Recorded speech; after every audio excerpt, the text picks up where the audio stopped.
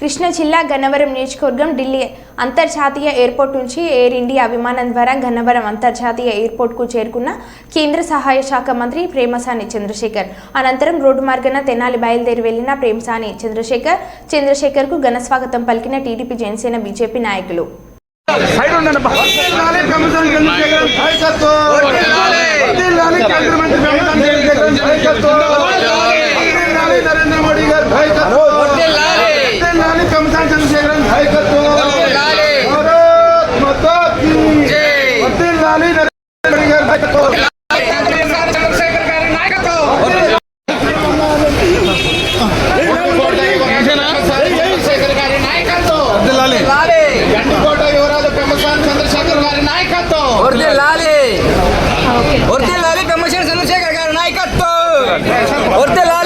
చంద్రశేఖర్ గారి నాయకత్వం.